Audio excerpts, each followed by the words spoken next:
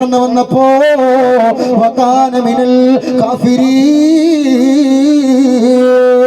അവൻ കാഫിരീങ്ങൾ പെട്ടുപോയെന്ന് പറയുമ്പോ അതുകൊണ്ട് അഹങ്കാരം വേണ്ടോ, ഞാൻ വലിയവനാണ്, ഞാൻ എന്തോ ആണെന്ന ചിന്ത കടന്നു വരുമ്പോ സുബ്ഹാനല്ലാഹ് അല്ലാഹുവിന്റെ റസൂൽ പറഞ്ഞല്ലോ,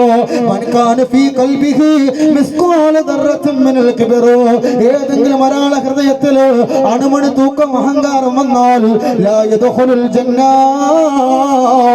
അവൻക്ക് സ്വർഗ്ഗത്തിൽ പ്രവേശനമില്ല. അല്ലാഹു നമ്മളെ കാത്തുരക്ഷിക്കട്ടെ.